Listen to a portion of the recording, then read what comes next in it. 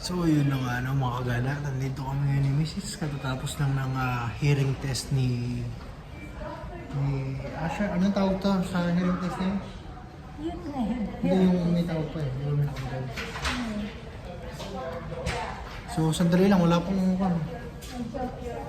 tignan nyo yung anak ko kasi tulog siya. Tulog yan o kaya walang problema yung doktor. Kasi yung ginagawa namin, tuwing may check-up siya, padididiin namin, padudumihin muna namin. Bubusugin namin siya. Eh pagdating niya lagi sa hospital, tulog siya, good boy. Oo, kasi kailangan pala tulog siya. Buti So, pinatulog niya. ano hinihintay natin yan? Yung report. Yung report. So, hinihintay na lang namin yung report. Sandali lang, ano, yung iba katagal. Ano yung Kasi hindi tulog yung mga baby. Kailangan tulog. Di magaling ka yan. So guys, mga kagala, ang aking Facebook ay na-block ng 2 days kasi meron kasi kami sa negosyo. Sinishare ko ay nasobra ng share. May nag-report. Hindi na tulog niya. Oh. Nandito po kami ngayon sa Prime Medical Hospital. Bali walking distance lang to.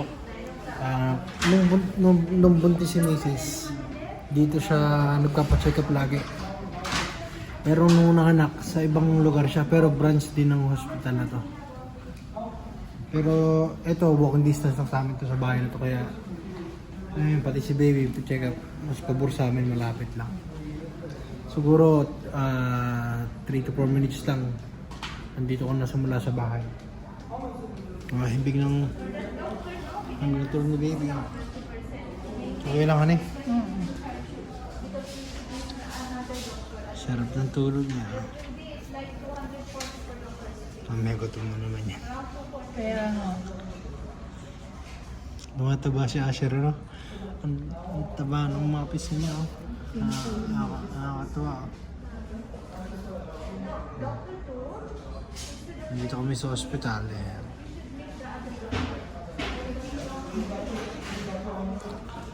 Masarap ko dito ng pis niya, mga anak, oh.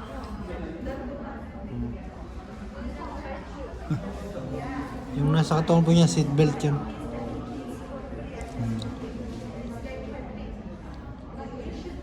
Kabilis lang naman. Ano yung machine doon? Ano yung machine? may ginagamit siyang... Ano yung machine yung malaki doon? Ay, iba yun. Ay, May iba yun. machine lang siyang maliit. Tapos parang may earphone. Lalagay siya. Tapos ano magiging sign? Hindi, may check dun sa machine niya. Ang galing Pinakita doon. naman sa akin. Ako, kamusta naman? Okay naman nga daw yung... Ikaw, mukhang tikalusos ka na. Nagugulat lang kami. Nag-hearing test daw siya kasi kailangan eh. Pero sa atin, hindi na kailangan yung ganun eh. No? Ano? Maganda daw kasi bata pa lang. Nag-check na.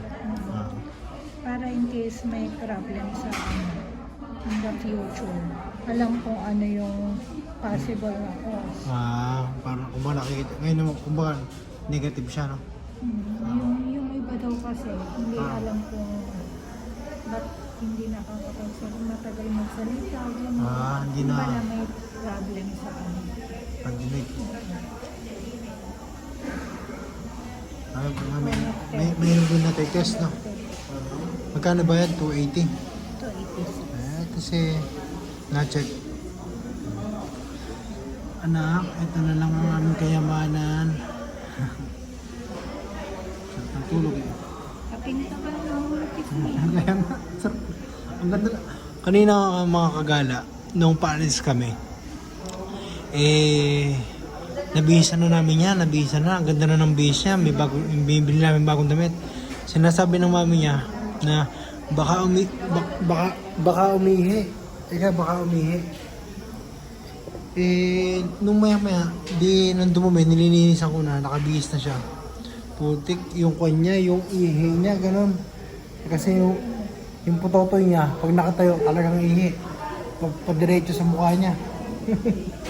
Ayun na, iyan yung bagong damit niya. Kwanto nakakatuwa ito eh. Pag tinanggal mo yung diaper, siguradong iihi siya. Wala na pag nakatayo yung putotoy niya. Ito ba? Kapit ni Asher. So, mamaya po ulit mga kagala. Bye-bye. So, mga kagala, ito yung OAE screening report ni baby. Okay naman. Ito yung hearing test para sa pandinig niya. Ayan. Ayan. Mainam din doon na tinetest kasi para malaman kung ano. Minsan kasi hindi yung late development. Kumbaga, hindi nakakarinig o hindi nakapagsalita. Kumbaga, mahirap doon i-trace kung bakit ano ang cause o sanhi. Kaya, kumbaga, baby pa lang, tinetest na nila yung hearing test. So, ayan, pass, ayan. So, nung bata ako, walang test. Basta lumaki na lang ako. Lumaki ako mag-isa. Malakas naman ako. Hindi na kasi uso sa atin. Sa atin sa Pinas, hindi naman uso mga test. Basta lumaki ka, pinadede ka. Binom ko ng gatas ng kalabaw. O ngayon, malakas naman ang pangangatawan ko. Ikaw ba, siguro ikaw tinest-test ka rin, ano? Hindi Ha? Hindi na mauso sa atin. Sa atin kasi sa Pinas, syempre. Pero maalaga ang ating mga magulang. Talaga, masasiyalan pa nga magulang natin. Kumbaga, ibig sabihin ko, na maraming pamahiin na tama naman. Kumbaga, mas nakakabuti naman sa bata o baby. Isipin mo, mga anak mo araw, kami 7 kami magkakapatid. Gano'n kalalakas ang mga katawan ng mga nanay noon. Kasi mga kinakain nila, mga gulay, mga fresh na gulay.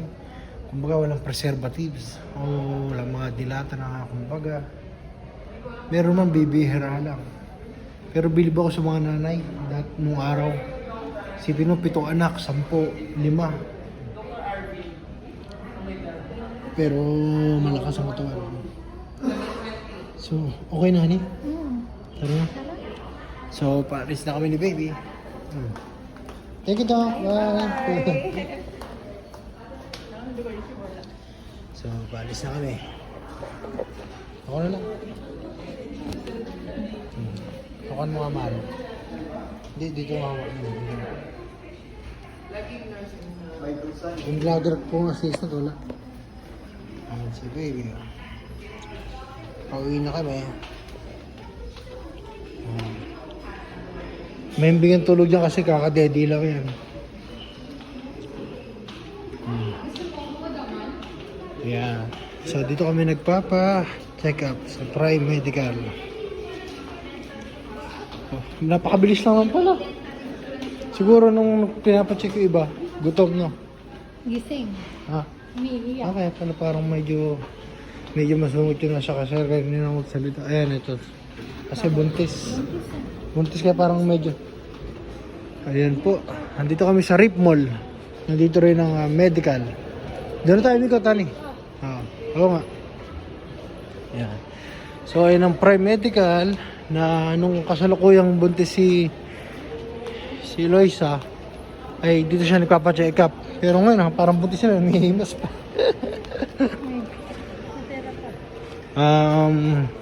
Humingiti pa. Hanggang 8 months ka dito nagpapa-check up, no? Yan, dito yan sa Prime Medical Center. Dito yan sa Rip Mall. Ha? Ayan, sa clinic. Ito, clinic lang pala to. So, check up dito. Pero pagka manganganak sa branch na nila sa hospital talaga, ano? Tapos ibang doktor na nun. So, yan. Yung anak ko, ang imbing pa rin ng tulog, oh. Ang cute niya, Asher, oh. Napakakito. Taba-taba ng bising mo, anak, eh. Sarap korte ng bising. So, yun mga kagala. Yan, ikot-ikot muna kami. Yan. May bago yan. Ikot muna tayo. O, tara na. Tara na. So, bagay, doon na tayo sa bahay para kasi maliit pa lang. 2 weeks pa lang siya. 2 weeks pa lang kasi. Kaya kumbaga hindi mo na pwedeng ilibot-libot. Pagka medyo malakas ang immune system niya, pagka malaki-laki na.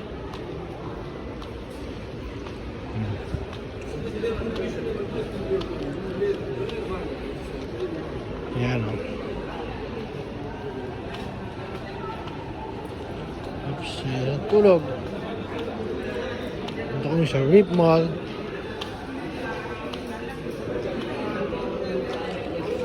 Lakad-lakad. Ngayon na kami nalalabas na kami pagka-check up. Pagka-check up ni Asher. So pagka malaki na anak ko, malapit lang din dito. Dito na kami maglalaro. Ito, ang cute ng baby. Ayan o. So, dito kami maglalaro. Ayan yung anak ko. Pagka malaki na siya. Ayan o. Dito. Ayan, ang dami siya kalaro. Ayan o, andyan. Diyan ko siya dadalhin.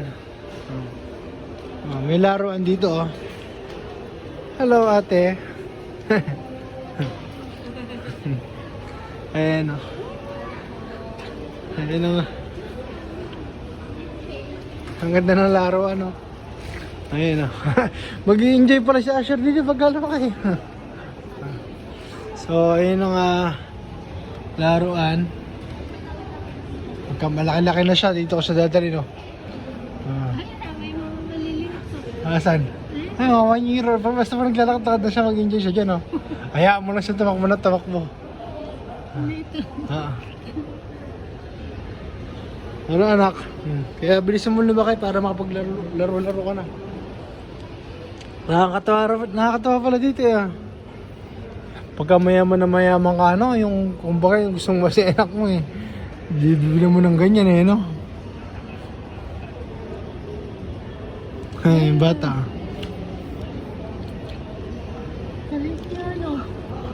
Hindi, at least nag-i-enjoy. Hindi maganda ganyan, yung maakyat.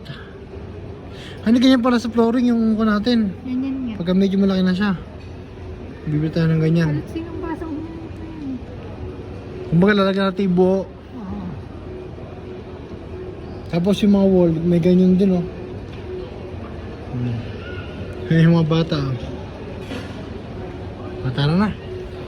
So, yung anak ko, kaya anak mo, bilisan mo lumaki. Para makapaglaro ko dyan.